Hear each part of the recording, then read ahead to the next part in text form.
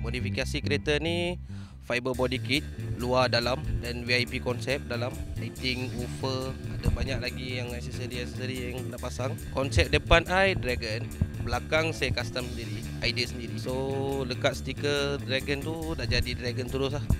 Door panel 4 tu custom fiber, airbrush, dashboard airbrush, lagi belakang sistem semua ada airbrush dengan custom lah sendiri. Monitor ada 12 monitor. Oh, semua untuk tengok wayang lah. Myvi the best lah, beritahu senang je lah, best car, memang best.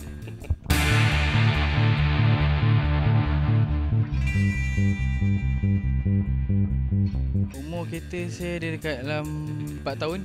Okay, saya dah banyak tukar sport rim. Lepas tu body kit saya tak pernah tukar. Ni first time saya tukar body part Passo Hana. Saya ada buat lowered, kasi load kereta macam tu lah. Lepas tu tukar rim, tukar tayar.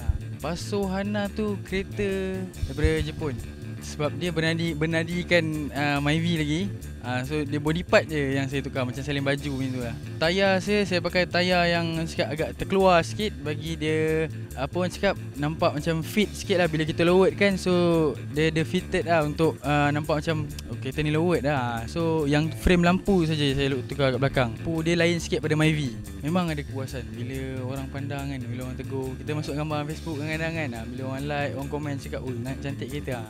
So bila ada rasa kepuasan macam tu lah. Okay, style ni sebenarnya ada yang main lowered, ada yang main fitment. So macam fitment ni dia main tayar rapat, kadang-kadang dia tak lowered tapi dia tayar dia fit dengan body. Ada yang jenis main lowered tapi dia tak rapat sangat tayar dia, just kereta dia lowered. Macam ada yang seketing labuh lah, nampak macam lowered lah. Macam boleh tengok kereta merah tu, dia ada macam pakai roket bunny supaya nampak lagi gah sikit. Pendapat saya tentang kereta Myvi ni, Myvi ni yang cakap Myvi lagi best lah. Myvi memang best.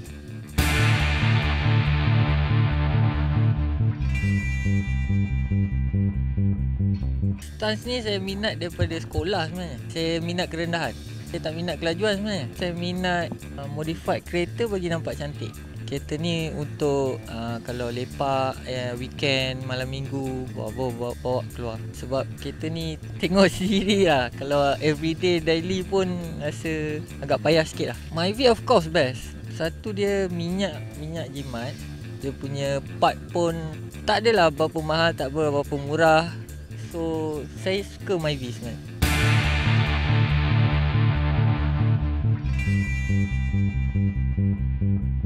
Saya tukar body part Passo dan tukar enjin kepada YRV turbo.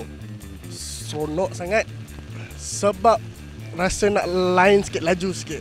Nak tukar turbo lain lah, nak masuk turbo besar sikit. Lepas tu nak masuk front mouth intercooler. Intercooler tarik ke bawah ke depan. Kereta ni tahun 2005, sekarang 2016. Dah berapa tahun dah tu, dah lama dah. Seronok pasal Myvi sebab dia compact, kecil, nak menyelit senang orang kata. Pendapat bagi Myvi, Myvi bagus sangat-sangat. Compact car, parking pun senang, tak susah.